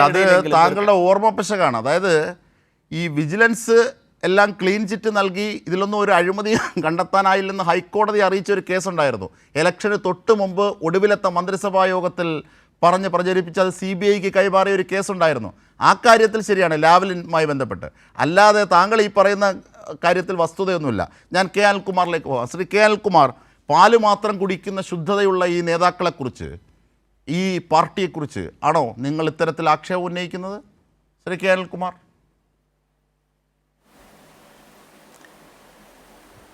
മുസ്ലിം വിഭാഗത്തിൽപ്പെട്ടവരെല്ലാം UDF-ന് വോട്ട് ചെയ്തതെന്ന് ഞാൻ പറഞ്ഞിട്ടില്ല. ഇല്ല, മലപ്പുറത്തെക്കുറിച്ചും താങ്കളെക്കുറിച്ച് തെറ്റിദ്ധാരണ പരത്തി അദ്ദേഹം. മതപരമായ ഏകീകരണത്തിന് വേണ്ടി, അതെ, മതപരമായ ഏകീകരണത്തെക്കുറിച്ച് പറഞ്ഞ് വോട്ട് വാങ്ങിച്ച് ജയിച്ച് തൻ്റെ സ്ഥാനം നഷ്ടപ്പെട്ട MLA-യുടെ പേരാണ് KM ഷാജി. ആ ഷാജിയുടെ 2 ആഴ്ച മുമ്പുള്ള ദുബൈയിലെ പണപ്പിരിവ് പ്രസംഗത്തെക്കുറിച്ചാണ് ഞാൻ പറഞ്ഞത്. ആ പ്രസംഗം കോൺഗ്രസ് തള്ളി പറഞ്ഞിട്ടില്ല. അതെന്ത് മതേതരത്വമാണെന്ന് എനിക്ക് മനസ്സിലായില്ല. 10 കൊല്ലമായി മുസ്ലിം സമുദായത്തിന് നഷ്ടപ്പെട്ടത് വീണ്ടെടുക്കാൻ വേണ്ടിയാണ് ഞങ്ങളുടെ പോരാട്ടം. ഇതാണ് അദ്ദേഹത്തിൻ്റെ പ്രസംഗം. ആ പ്രസംഗത്തിൻ്റെ വീഡിയോ ലഭ്യമാണ്. അപ്പം ഞങ്ങളുടെ ചോദ്യം, 10 കൊല്ലമായി മുസ്ലിം സമുദായത്തിന് എന്ത് നഷ്ടപ്പെട്ടു? 5 മന്ത്രിയെ നഷ്ടപ്പെട്ടു. അതല്ലാതെ മുസ്ലിം സമുദായത്തിന് എന്താ നഷ്ടം? ഇന്ന് കേരളത്തിൽ ദേശീയപാത ഏറ്റവും കൂടുതൽ നീളത്തിൽ പണിതിട്ടുള്ള മലപ്പുറം ജില്ലയിലാണ്, 100 കിലോമീറ്റർ. ആ ദേശീയപാത നിർമ്മാണത്തെ എതിർത്തവരാണ് മുസ്ലിം ലീഗുകാർ. ഗെയിൽ പൈപ്പ് ലൈൻ പോലെ നിങ്ങൾ അധികാരത്തിൽ നിന്ന് പോയതുകൊണ്ടാണ് മലപ്പുറത്ത് ദേശീയപാത ഉണ്ടായത്. ഇപ്പം നിയമസഭയിൽ വോട്ട് ചെയ്യാൻ പോകുമ്പോൾ നാട്ടുകാരത് ഓർക്കും. ഞങ്ങൾക്കവിടെ വോട്ട് കുറയുന്ന വിശ്വാസം ഞങ്ങൾക്കില്ല. ഈ തെരഞ്ഞെടുപ്പിൽ ആളുകളുടെ മുമ്പിലുള്ള ചോദ്യം ആ പെൻഷൻ തരണോ വേണ്ടയോ എന്നാണ്. നിങ്ങൾ ലക്ഷ്യ ക്യാമ്പ് നടത്തിയിട്ട് പെൻഷൻ എത്ര കൊടുക്കുമെന്ന് പറഞ്ഞോ? സതീശൻ പറഞ്ഞു കണ്ണഞ്ചിപ്പിക്കുന്ന വാഗ്ദാനങ്ങൾ വരാൻ പോവാണ്. എന്തിനാ കണ്ണഞ്ചിപ്പിക്കുന്ന വാഗ്ദാനങ്ങളാക്കുന്നത്? ഇന്ത്യയിൽ എവിടെയെങ്കിലും നടപ്പാക്കി കാണിക്കുക. കർണാടകത്തിൽ നടപ്പാക്കി കണ്ടില്ലേ പാവപ്പെട്ടവനെ എങ്ങനെ ഇറക്കി വിടാമെന്ന്? കർണാടക മാതൃകയാണോ കേരളത്തിൽ നടപ്പാക്കാൻ പോണത്? തെരഞ്ഞെടുപ്പ് എന്ന് പറഞ്ഞാൽ കുറേ പത്രക്കാരെ കൂട്ട് നിർത്തിയിട്ട് കോലാഹലം ഉണ്ടാക്കി സതീശൻ്റെ ഒരു പ്രസംഗം പത്രത്തിൽ കൊടുത്താൽ ഉടനെ നാട്ടുകാരാകെ 100 സീറ്റ് എന്ന് പറഞ്ഞൊന്നും പുളകിതരാവില്ല. മനുഷ്യ അനുഭവങ്ങളുണ്ട്. അതുകൊണ്ട് ഞങ്ങൾ കൃത്യമായിട്ട് പറയുകയാണ്, ഭൂരിപക്ഷ മതത്തിൽപ്പെട്ടവരാണെങ്കിലും ന്യൂനപക്ഷ മതത്തിൽപ്പെട്ടവരാണെങ്കിലും പാവപ്പെട്ടവരും പണക്കാരും ഉണ്ട്. BJP ഹിന്ദുത്വ കോർപ്പറേറ്റ് പാർട്ടിയാണ്.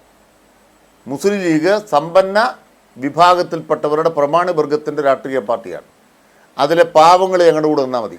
റൈറ്റ്. അതിലെ പാവങ്ങളെ ഞങ്ങൾ കൂടെ നിർത്തും. നിങ്ങൾക്ക് പെൻഷൻ വേണോ? വീട്ടമ്മമാരുടെ പദ്ധതി വേണോ? ഇപ്പോൾ ഈ സ്കൂൾ നന്നാക്കി ഏത് പാവപ്പെട്ട മുസ്ലിമിനാണ് ഗുണമില്ലാത്തത്? ആശുപത്രികൾ നന്നാക്കിക്കൊണ്ട് ഏത് പാവപ്പെട്ട മുസ്ലിമിനാണ് ഗുണമില്ലാത്തത്? ഏത് പാവപ്പെട്ട ഹിന്ദുവിനാണ് ബുദ്ധിമുട്ടുള്ളത്? 6 ലക്ഷം വീട് കൊടുത്തത് പാവപ്പെട്ടവനല്ലേ, സാധാരണക്കാരനല്ലേ? ദാരിദ്ര്യമുക്ത കേരളം പദ്ധതിക്കകത്ത് എത്ര ഓരോ മതക്കാരുമുണ്ട്? പാവപ്പെട്ടവനോടിയാണ് ഞങ്ങൾ, സാധാരണക്കാരനോട് ഞങ്ങൾ നാട്ടിൽ ഏറ്റവും ഉയർന്ന കൂലി വാങ്ങിച്ചു കൊടുക്കും. ഇതാണ് വർഗസമരം. ആ വർഗസമരത്തിൻ്റെ കൂടെ ഞങ്ങളുടെ കൂടെ നിൽക്കാവുന്നൊരു നിന്നാൽ മതി. അതാണ് ഞങ്ങളുടെ പോയിന്റ്. 2, VD സതീശനുമായിട്ടുള്ള വിഷയം അതല്ല. പ്രതിപക്ഷ നേതാവിനെ കേന്ദ്ര സർക്കാർ തൽക്കാലം അരയിലൊരു വള്ളിയും കെട്ടി ഇങ്ങനെ ഇട്ടിരിക്കുകയാണ്. മോദിക്കെതിരെ മിണ്ടാൻ ധൈര്യമില്ല. എന്താ കാര്യം? നിങ്ങൾ മനസ്സിലാക്കണം. കിബിക്കെതിരായിട്ട് മുഖ്യമന്ത്രിക്കും തോമസ് ഐസക്കിനും കിബിക്കുമെതിരെ ED നോട്ടീസ് വന്നു. ഫെമ ലംഘനമുണ്ട്. അവർ വീട്ടിലേക്ക് വസ്തു വാങ്ങിച്ചിട്ടില്ല.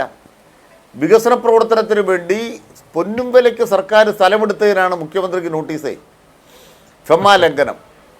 സതീശൻ വിദേശത്ത് പോയി പണം പിരിച്ചത് ലംഘനമല്ലേ? ഇനി സതീശനെ മാറ്റിയെടുത്ത് മണപ്പാട് ഫൗണ്ടേഷൻ പണം പിരിച്ചിട്ടുള്ളത് ലംഘനമല്ലേ? മണപ്പാട് ഫൗണ്ടേഷന് എന്താ കേന്ദ്ര സർക്കാർ നോട്ടീസ് അയക്കാത്തത്? ED കേരളത്തിലെ മുഖ്യമന്ത്രിക്ക് നോട്ടീസ് അയച്ച പോലെ ആ മണപ്പാട് ഫൗണ്ടേഷനെതിരായിട്ട് എന്താ നോട്ടീസ് അയക്കാത്തത്? ബഹുമാനപ്പെട്ട പരാതിക്കാരനായ ജെയ്സൺ പാനിക്കുളങ്ങര ഈ പരാതി പിണറായി ഗവൺമെൻറ് മാത്രമല്ല കൊടുത്തത്, EDക്ക് കൊടുത്തു, CBIക്ക് കൊടുത്തു, മോദിക്ക് കൊടുത്തു, അമിത്ഷയ്ക്ക് കൊടുത്തു. ഒരു നടപടി അവിടെ ഉണ്ടായില്ല. എന്താ നടപടി ഉണ്ടാകാത്തത്? അവർ സതീശനെ ഡീൽ ചെയ്യാണ്. ആ പരാതി ഉയർന്നു വന്ന ശേഷം സതീശൻ മോദിക്കെതിരെ ഒരു അക്ഷരം മിണ്ടിയിട്ടില്ല. ക്യാമ്പിലെ പ്രസംഗം എന്തായിരുന്നു? കേരളത്തിൻ്റെ ഖജനാവിനെ ഇടതുപക്ഷം തകർത്തു, കേരളത്തിൻ്റെ സമ്പദ്ഘടനയെ ഇടതുപക്ഷം തകർത്തു. അപ്പോൾ ഇടതുപക്ഷം കേരളത്തിൻ്റെ സമ്പദ്ഘടന തകർത്തു എന്ന് പറഞ്ഞാൽ പിന്നെ മോദി രക്ഷിക്കുകയത് അങ്ങനെയാണോ? ഈ 10 കൊല്ലം കേരളത്തോട് കേന്ദ്രം പെരുമാറിയത് മര്യാദയാണോ? വയനാടിന് കേന്ദ്രം പണം തന്നോ? പ്രളയം വന്നപ്പോൾ കേരളത്തെ സഹായിച്ചോ? പുറത്തുപോയി പിരിക്കാൻ സമ്മതിച്ചോ? സതീശൻ പുറത്തുപോയി പിരിച്ചല്ലോ. 700 കോടി രൂപ UAE സർക്കാർ തരാമെന്ന് പറഞ്ഞപ്പോൾ വാങ്ങിക്കാൻ സമ്മതിച്ചില്ലല്ലോ. സതീശൻ പണം പിരിച്ച പോലെ കേരളത്തിലെ സർക്കാരിന് പിരിക്കാൻ അവസരം കൊടുത്തില്ലല്ലോ. സതീശനെന്താ ചോദിക്കാത്തത്? അപ്പോൾ സതീശന് പിരിക്കാം. കേരളത്തിലെ ജനങ്ങൾക്ക് വേണ്ടി സർക്കാരിൻ്റെ പണപ്പിരിവ് വിദേശത്ത് പാടില്ല. ഇത് ഇരട്ടത്താപ്പല്ലേ? പിരിച്ചതോടുകൂടി സതീശൻ കുടുങ്ങിയതേ. കണക്കില്ലാത്തതുകൊണ്ട് സതീശൻ കുടുങ്ങിയതേ. കുടുങ്ങിയ സതീശൻ പറയേണ്ടത്, ഉത്തരം പറയേണ്ടത് പിണറായിയുടെ മുമ്പിലല്ല, മോദിയുടെ മുമ്പിലാണ്. ശരി. ഉത്തരം പറയേണ്ടത് പിണറായിയുടെ മുമ്പിലല്ല, വിജിലൻസിന് മുമ്പിലല്ല, അമിത്ഷയുടെ മുമ്പിലാണ്. ശരി. അപ്പോഴോ അവിടെ ഉത്തരം പറയുമോ? അവിടെ ഉത്തരം പറയിപ്പിക്കില്ല. അതാ കാരണം എന്താണ്? BJPയും കോൺഗ്രസും അന്തർധാരയാണ്. BJP കോൺഗ്രസ് ലീഗ് അന്തർധാരയാണ്. ഇത് കേരള രാഷ്ട്രീയം പൊളിക്കും. നല്ല ആത്മവിശ്വാസം ഞങ്ങൾക്കുണ്ട്. ഞങ്ങൾ പറഞ്ഞിട്ടുണ്ടല്ലോ, 10 കൊല്ലം കേരളത്തിൽ LDF ചെയ്തത് മാത്രം മതി. നിങ്ങളോട് ഇപ്പോഴും ഞാൻ പറയുകയാണ്, ഒരു കാര്യം പറയൂ. ഉമ്മൻചാണ്ടി സർക്കാരിനേക്കാൾ കേരളം പിന്നോട്ട് പോയ ഒരു മേഖല പറഞ്ഞാൽ ഇന്ന് കൈകൂപ്പി മാപ്പ് പറയാം. ബഹുമാനപ്പെട്ട റജിയോട് ഞാൻ പറയുകയാണ്, 10 കൊല്ലം കൊണ്ട് കേരളത്തിൽ LDF പിന്നോട്ട് പോയ ഒരു കാര്യം പറയണം. നിങ്ങൾ ഞങ്ങളെക്കുറിച്ച് നുണ പറയും, ഞങ്ങളെക്കുറിച്ച് കെട്ടുകഥ പറയും, ഞങ്ങളെ അപമാനിക്കും, ഇടതുപക്ഷക്കാരെ ആക്രമിക്കും, ഞങ്ങളെ കള്ളന്മാരെന്ന് വിളിക്കും. അതൊക്കെ മാധ്യമങ്ങൾ ഈ നാട്ടിൽ ഞങ്ങൾക്കെതിരെ പൊതുബോധം ഉണ്ടാക്കുന്നവരാണ്. ഒരു ഇലക്ഷൻ ഫണ്ടും കോർപ്പറേറ്റുകളിൽ നിന്ന് വാങ്ങാത്ത, ഇലക്ട്രൽ ബോണ്ട് വാങ്ങാത്ത രാഷ്ട്രീയ പാർട്ടിയാണ് CPM. 10 കൊല്ലമായി ഭരിച്ചിട്ട് ഒരു തെറ്റായ കാര്യം ചെയ്തിട്ടില്ല. ഞങ്ങളെക്കുറിച്ച് നുണകൾ ധാരാളം ഉണ്ടാക്കിയിട്ടുണ്ട്. ആ നുണകളൊക്കെ പൊളിയാൻ പോവാണ്, പൊളിഞ്ഞോണ്ടിരിക്കുകയാണ്. നിലനിൽക്കാൻ പോകുന്നില്ല നിങ്ങളുടെ ഒരു ലക്ഷ്യവും. തീർച്ചയായും ശ്രീ എം ജയചന്ദ്രൻ, അതാണ് വർഗരാഷ്ട്രീയവും വർഗീയ രാഷ്ട്രീയവും തമ്മിലുള്ള ഏറ്റുമുട്ടലാണ്. വർഗീയ രാഷ്ട്രീയം ജനങ്ങളെ ഭിന്നിപ്പിക്കുന്നതാണ്. പക്ഷേ വർഗരാഷ്ട്രീയം അങ്ങനെയല്ല. അത് അടിസ്ഥാന വർഗവും വിയർപ്പുറ്റുന്നവനുമായ എല്ലാ മതത്തിലും പെട്ടവന് വേണ്ടി നിലനിൽക്കുന്ന വിശാലാർത്ഥത്തിലുള്ള പെരുമാറ്റമാണ് അല്ലെങ്കിൽ പ്രവർത്തനങ്ങളാണ്. ആ വർഗസമരം ആ അർത്ഥത്തിൽ എല്ലാ ജനവിഭാഗങ്ങളെയും ഉൾക്കൊള്ളിച്ചുകൊണ്ട് കേരള സർക്കാർ ചെയ്തു എന്ന ആത്മവിശ്വാസം തങ്ങൾക്കുണ്ട് എന്ന് പറയുന്നു. പക്ഷേ മറുവശം പറയുന്നത് ആ അർത്ഥത്തിലല്ല. വി ഡി സതീശൻ നേരത്തെ സൂചിപ്പിച്ചിരുന്നു, തങ്ങൾക്ക് അനുകൂലമായ സാമൂഹിക ഘടകങ്ങൾ പലതുണ്ട് എന്ന് അദ്ദേഹം പറഞ്ഞത് ഓർമ്മയില്ലേ? തദ്ദേശ സ്വയംഭരണ തെരഞ്ഞെടുപ്പിലെ വിജയത്തിന് ശേഷം, ഈ നേരിയ മേൽക്കൈക്ക് ശേഷം. Shri M Jayachandran.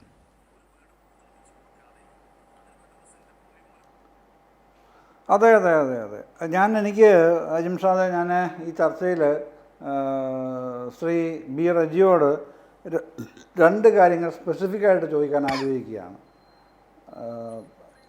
Area intensive programme for educationally backward communities എന്ന് പറഞ്ഞൊരു പദ്ധതി ഉണ്ടായിരുന്നു കേന്ദ്ര സർക്കാരിൻ്റെ. നരസിംഹറാവ് പ്രധാനമന്ത്രി ആയിരിക്കും 1994 പദ്ധതി ആരംഭിക്കുന്നത്. കേരളത്തിൽ ഇത് കൊണ്ടുവരുന്നത് 2011-14 ഉമ്മൻചാണ്ടി സർക്കാരിൻ്റെ കാലത്താണ്. 5ാം മന്ത്രി വിവാദം കഴിഞ്ഞ് തൊട്ട് പിന്നാലെ 2013 ഇത് മലപ്പുറം ജില്ലയിൽ കൊണ്ടുവരുന്നത്.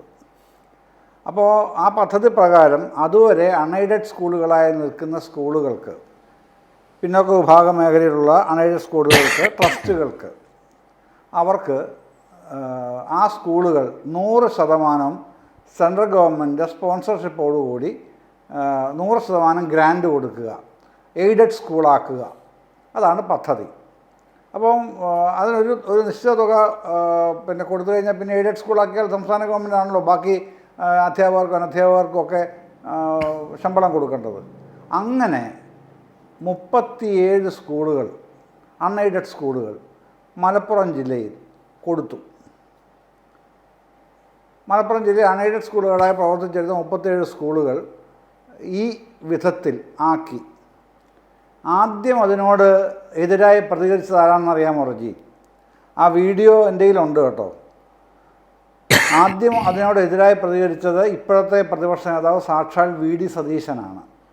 അദ്ദേഹം ആ വീഡിയോയിൽ പറയുന്നത്, ഈ 5ാം മന്ത്രി വിവാദം കഴിഞ്ഞതിന് തൊട്ട് പിന്നാലെ ഇങ്ങനെ അത് കൊടുക്കേണ്ടിയിരുന്നോ, അത് തെറ്റല്ലേ, ആ സന്ദേശം നൽകുന്നത് തെറ്റായ സന്ദേശമല്ലേ നൽകുന്നത്, മറ്റ് സമുദായങ്ങൾക്ക് മുമ്പിൽ അത് തെറ്റായ സന്ദേശം നൽകുകയാണ് എന്ന് അന്ന് 2013 പറയുന്നത് വി ഡി സതീശനാണ്. ഒന്ന്, അതൊരു കാര്യം. രണ്ടാമത്, KNA ഖാദർ എന്ന ലീഗ് MLA 2019 നിയമസഭയിൽ സദസ്യക്ഷണിക്കൽ പ്രമേയം കൊണ്ടുവന്നിട്ട് പറയുന്നത് മലപ്പുറം ജില്ലയിൽ ജനസംഖ്യ 47 ലക്ഷമായിരിക്കുന്നു, അതുകൊണ്ട് ജില്ല വിഭജിച്ച് 2 ജില്ലയാക്കണം, 2ാമത്തെ ജില്ലയുടെ ആസ്ഥാനം താനൂരാക്കണം എന്ന് പറയുന്ന സദസ്യക്ഷണിക്കൽ പ്രമേയം കൊണ്ടുവരുന്നു.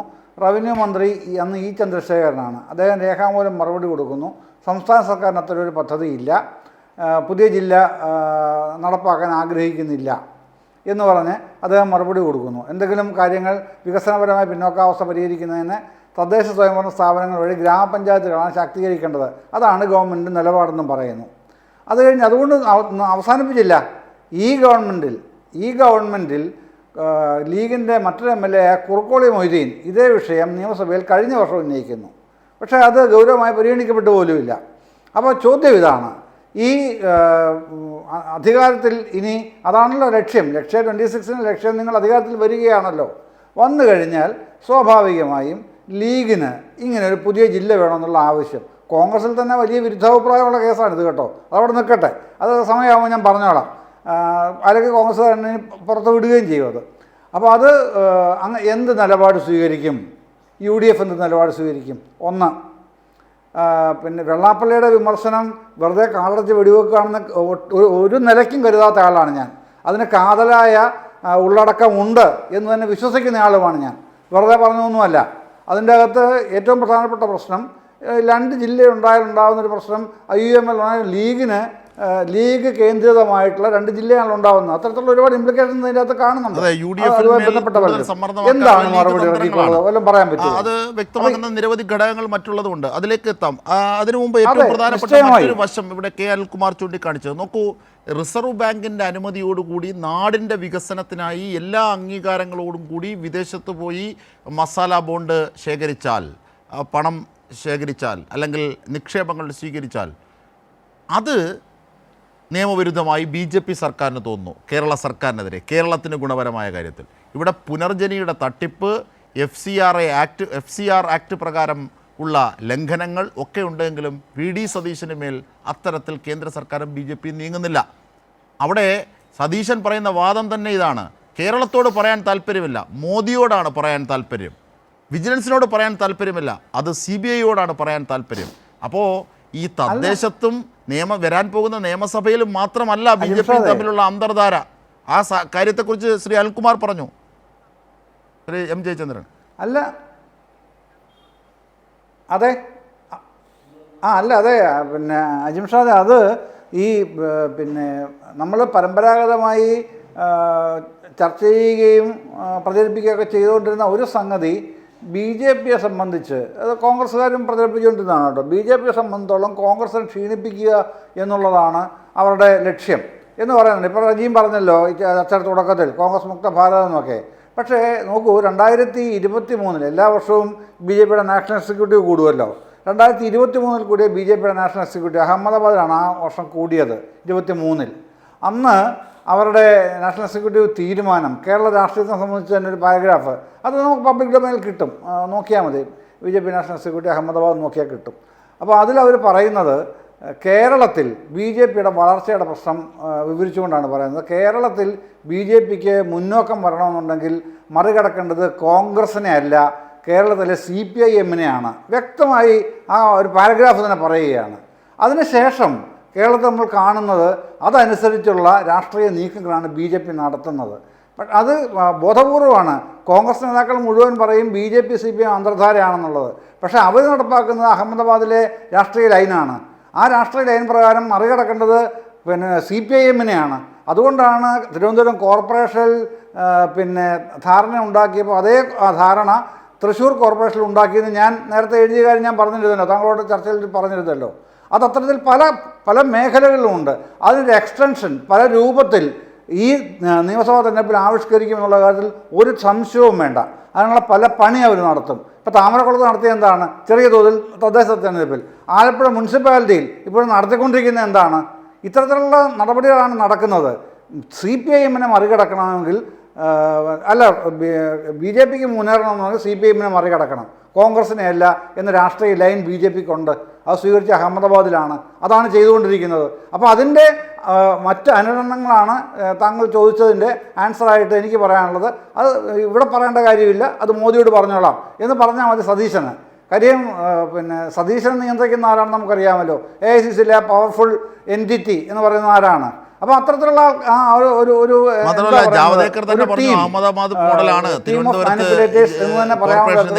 അവിടെ കോൺഗ്രസിന്റെ വോട്ട് മറിഞ്ഞതും നമ്മുടെ കണക്കുകളിൽ സ്റ്റാറ്റിസ്റ്റിക്സിൽ തന്നെ വ്യക്തമാണ്. ശ്രീ ബി റജി, ഏറ്റവും പ്രധാനപ്പെട്ട ഒരു വശം അതെ ഈ ലക്ഷ്യ ക്യാമ്പിലെ നേതാക്കളുടെ തമ്മിലടി മാത്രമല്ല, ഈ നേതൃസ്ഥാനത്തിന് വേണ്ടിയുള്ള തമ്മിലടി, പ്രതിപക്ഷത്തായാലും ഇനി ഏതെങ്കിലും തരത്തിൽ മറ്റെന്തെങ്കിലും ഉണ്ടായാൽ അവിടേക്കായാലുമുള്ള സ്വപ്നങ്ങളൊക്കെ പലവിധമാണല്ലോ.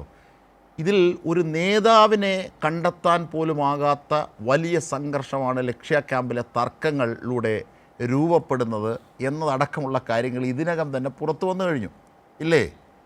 ഇനി ഈ കേരളത്തെ സംബന്ധിച്ച് നിങ്ങൾ പറഞ്ഞ കാര്യങ്ങൾ, ആ കാര്യങ്ങളിൽ ഏതെങ്കിലും ഒന്ന് ഇവിടെ ശ്രീ കെ അനിൽകുമാർ വെല്ലുവിളിച്ചു, പറയാമെങ്കിൽ തൊഴുതുകൊണ്ട് നിങ്ങൾക്ക് മാപ്പ് പറയാമോ, എന്തെങ്കിലും പറയാനുണ്ടോ ഈ 2 പോയിന്റിൽ?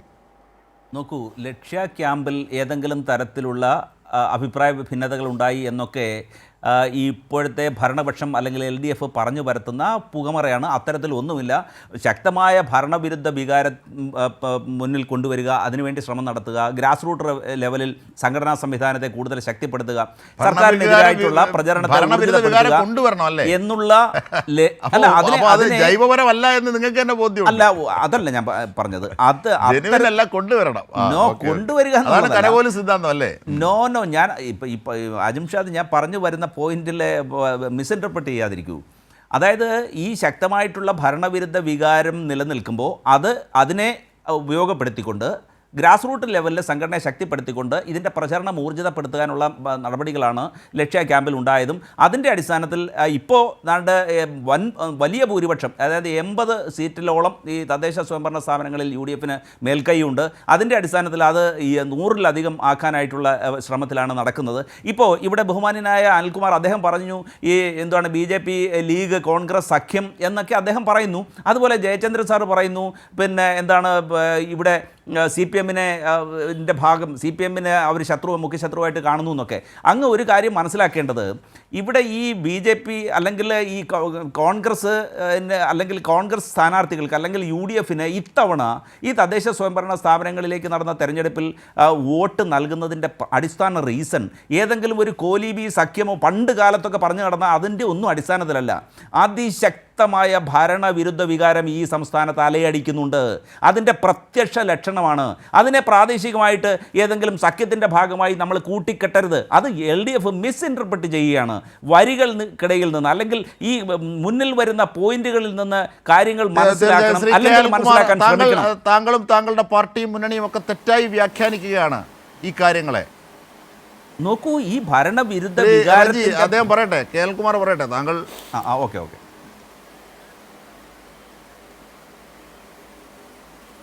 അല്ല, ഈ ഭരണവിരുദ്ധ വികാരം എന്ന് പറയുന്നത് പ്രാദേശികമാണോ അതോ കേരളം മുഴുവൻ ഉണ്ടാവുമോ? കേരളം മുഴുവൻ അങ്ങനെ LDF-നെതിരായൊരു വികാരം ഉണ്ടതായിട്ട് തെരഞ്ഞെടുപ്പിൻ്റെ ഫലം കാണിക്കുന്നില്ല. ചില സ്ഥലത്ത് പ്രത്യേക മേൽക്കൈ ഉണ്ടായി. ആ മേൽക്കൈ നിങ്ങളൊരു പ്രത്യേകമായ നിലയ്ക്ക് അവിടെ ഇടതുപക്ഷത്തിനെതിരായി BJP-യും കോൺഗ്രസോട് ഒരുമിച്ച് വോട്ട് ചെയ്തതാണ്. അത് നിങ്ങൾ മനസ്സിലാക്കണേ. പഞ്ചായത്ത് തെരഞ്ഞെടുപ്പിലെ വോട്ടും ജില്ലാ പഞ്ചായത്തിലെ വോട്ടും തമ്മിൽ ചില വ്യത്യാസങ്ങളുണ്ട്. ആ വ്യത്യാസങ്ങളുടെ പരിശോധന നടത്തിയാൽ മനസ്സിലാവും എന്താണ് യഥാർത്ഥത്തിലെ അവസ്ഥ. ഒന്നാമത്തെ കണക്കെന്ന് പറയുന്നത് LDF UDF വ്യത്യാസം എത്ര ലക്ഷമാണ്. അതിൽ മലപ്പുറത്ത് മാത്രം എത്ര വ്യത്യാസമുണ്ട്. ആ വ്യത്യാസം കൊണ്ട് നിങ്ങൾക്ക് കേരളത്തിലാകെ പടർന്ന് LDF-നെ തോൽപ്പിക്കാനാവുമോ? ഭരണവിരുദ്ധ വികാരം എങ്ങനെ മലപ്പുറത്ത് മാത്രം ഒരു 5-6 ലക്ഷം വോട്ടിൻ്റെ വ്യത്യാസമായിട്ട് വന്നു? അപ്പോൾ അവിടെ മാത്രം ഒരു വികാരമോ? അങ്ങനെ വികാരം ഉണ്ടാവില്ല. ഉണ്ടാകുന്നത് അല്ലെങ്കിൽ ഉണ്ടാക്കുന്നത് ഞങ്ങൾക്കെതിരായി തെറ്റായ ആശയങ്ങളുടെ അടിസ്ഥാനത്തിലാണ്. അതൊക്കെ മറികടക്കാനുള്ള രാഷ്ട്രീയമായ കരുത്ത് ഇടതുപക്ഷത്തിനുണ്ടിക്കുന്നുണ്ട്. LDF-ൻ്റെ ആത്മവിശ്വാസം എന്താണ്? ഇപ്പം നിങ്ങൾ തന്നെ പറഞ്ഞു UDF-ആയിട്ട് BJP-ആയിട്ട് സഖ്യമൊന്നുമില്ല. ഇന്നലെയാണല്ലോ നമ്മുടെ മേയർ സ്ഥാനം എനിക്ക് കിട്ടേണ്ടതായിരുന്നു, എന്നെ അങ്ങനെ പ്രലോഭിപ്പിച്ചു, തന്നില്ല. ഒരു IPS ഉദ്യോഗസ്ഥ പറഞ്ഞല്ലോ, നിങ്ങളുടെ അവിടുത്തെ BJP-യുടെ കൗൺസിലർ. അപ്പോൾ എന്താണ് ശബരിനാഥിൻ്റെ ഫേസ്ബുക്ക് പോസ്റ്റ്? ശ്രീലേഖ മാഡം ഇത് സ്വന്തം പാർട്ടി പറഞ്ഞാൽ മതി. അങ്ങനെ പാർട്ടി പറഞ്ഞ പ്രശ്നം പരിഹരിച്ചില്ലെങ്കിൽ BJP-യുടെ ഭരണം തലകുത്തി വീഴും. തിരുവനന്തപുരത്തെ BJP-യുടെ ഭരണത്തെ കാക്കുന്നത് ആരാണ്? G. കാർത്തികേയൻ്റെ മകനാണ്. ശബരിനാഥിൻ്റെ പോസ്റ്റ് പിൻവലിച്ചിട്ടുണ്ടോ? നിങ്ങൾ വായിച്ചു നോക്ക്. അപ്പോൾ BJP-യുടെ ഭരണം നിലനിർത്തുക എന്നുള്ളത്, തിരുവനന്തപുരത്തെ BJP-യുടെ ഭരണം നിലനിർത്താനുള്ള കൊട്ടേഷനാണ് ആരേറ്റെടുത്തിരിക്കുന്നത്? ശബരിനാഥ് ഏറ്റെടുത്തിരിക്കുന്നത്. ശബരിനാഥ് യൂത്ത് കോൺഗ്രസിൻ്റെ വൈസ് പ്രസിഡന്റോ വലിയ നേതാവല്ലേ? ഞാൻ ഞെട്ടിപ്പോയി. ശശി തരൂരിൻ്റെ പിന്മുറക്കാരനുണ്ടായിരിക്കുന്നു. ശശി തരൂർ വയനാട്ടിൽ വന്നു, പക്ഷേ ശബരിനാഥ് ഇപ്പോഴും അങ്ങപ്രതിക്കുകയാണ്. ശശി തരൂരിന് തിരുവനന്തപുരത്ത് പിന്മുറക്കാരുണ്ടായിരിക്കുന്നു. ചിലപ്പോൾ ശബരിനാഥിനടുത്ത പാർലമെന്റിലേക്ക് മത്സരിക്കാൻ പറ്റും. ഇതാണ് പരിപാടി. അതിലെല്ലാം ഉണ്ട്. അതായത് VD സതീശൻ പുനർജനിയെ അതിജീവിക്കാനും തിരുവനന്തപുരം കോർപ്പറേഷൻ നടത്തുന്ന ഈ നാടകവും ഒക്കെ കൂട്ടിവായിക്കുമ്പോൾ വർഗീയ ശക്തികളുമായി പ്രത്യേകിച്ച് BJP-യുമായുള്ള അന്തർധാരയാണ് തങ്ങളുടെ ആത്മവിശ്വാസത്തിന് പിന്നിലെന്ന് കോൺഗ്രസ് വ്യക്തമാക്കുകയാണ്. ഒരിക്കൽ കൂടി ഒരു ലക്ഷ്യം കൊണ്ടും നിങ്ങളുടെ ലക്ഷ്യത്തിലേക്ക് എത്താനാകില്ല. അത് ലക്കുകടൽ തന്നെയായി ബോധ്യപ്പെട്ടുകൊണ്ടേയിരിക്കുകയാണ്. രാഷ്ട്രീയ കേരളത്തിനത് ബോധ്യപ്പെട്ടുകൊണ്ടേയിരിക്കുകയാണ് ചർച്ചയെ ക്രോഡീകരിക്കുമ്പോൾ.